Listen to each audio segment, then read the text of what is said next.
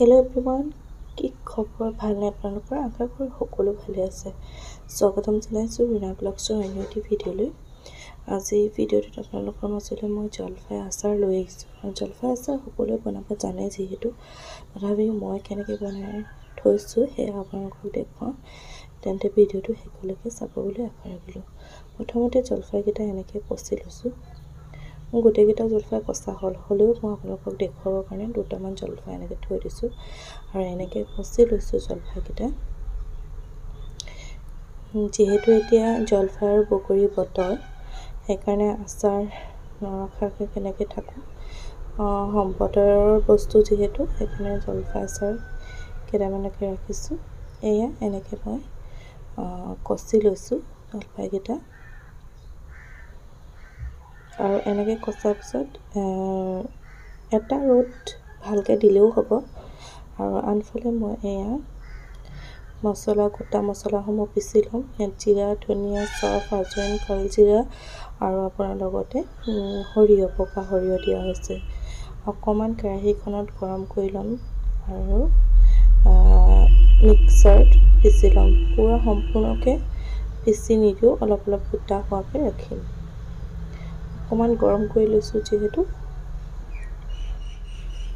আৰু লগত দিছোঁ কেইটামান শুকান জলকীয়া, সেইকেইটাও গৰম কৰি লৈছিলোঁ।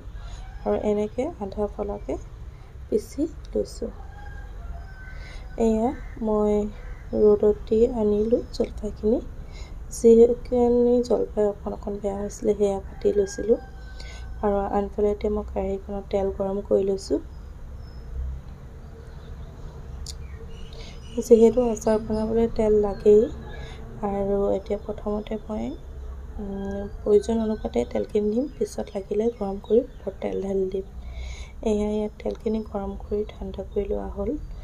এতিয়া মই জলফাইখিনি ইয়াত ঢালি দিম।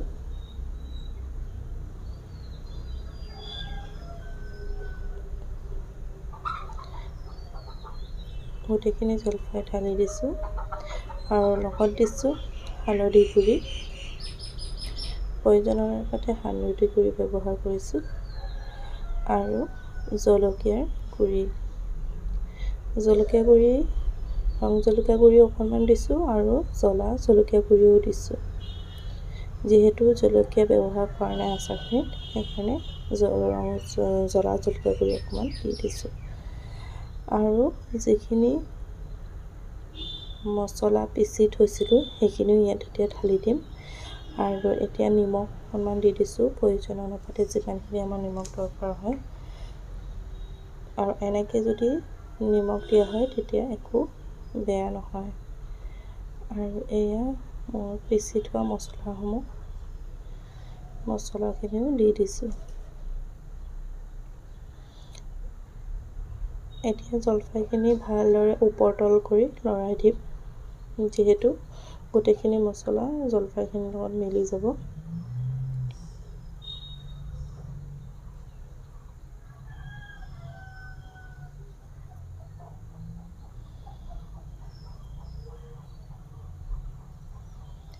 লাহে লাহে ওপৰতল কৰি দিছোঁ মছলাখিনি। আৰু জলফাইকেইটাও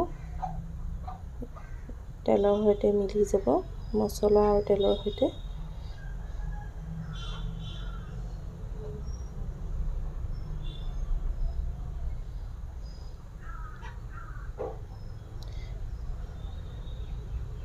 এয়া আপোনালোকে দেখিছে ধুনীয়াকৈ জলফাইকেইটাৰ লগত তেল মছলা মিলি গৈছে।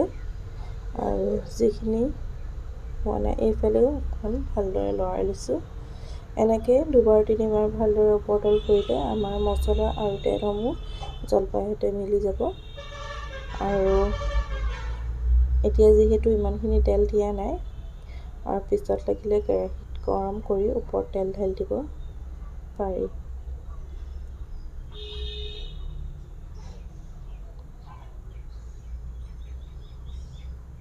আৰু এনেকৈ আপোনালোকে বনাই খাবচোন, খাবলৈ খুব সোৱাদ হয় জলফাই আচাৰ। আৰু যিসকলে খাইছে তেওঁলোকক কোৱা নাই বাৰু, যিসকলে বনাই খোৱা নাই এনেকৈ তেওঁলোকে বনাই খাব, সঁচাকৈ বহুত ভাল হয়। আৰু খাবলৈ বহুত সোৱাদ হয় আৰু এনেকৈ আচাৰ ৰাখিলে কেতিয়াও বেয়া নহয়।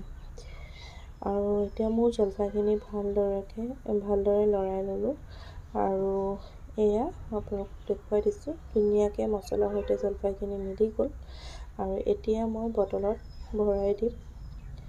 এয়া প্ৰথমতে চিচা বটলতে ভৰাইছিলোঁ, কিন্তু চিচা বটলটো ফটা আছিলে কাৰণে প্লাষ্টিক বটলতে থৈ দিলোঁ। কিন্তু প্লাষ্টিক বটলৰ আচাৰ থ'লে বহুত দিনলৈকে নাযায়, তথাপিও ভৰাই থৈছোঁ নাযায়। পিছত সলাই দিম, চিচা বটলত থৈ দিম। এতিয়া যিহেতু চিচা বটল নাই, গোটেইকেইটা প্লাষ্টিক বটল নহয় বাৰু, এটা দুটা, আৰু ওপৰত গৰম তেল ঢালি দিছোঁ। আজি ভিডিঅ'টো ইমানতে সামৰিছোঁ। যদি ভাল লাগিলে লাইক কৰিব, শ্বেয়াৰ কৰিব আৰু মোৰ চেনেলটো প্লিজ ছাবস্ক্ৰাইব কৰি দিব।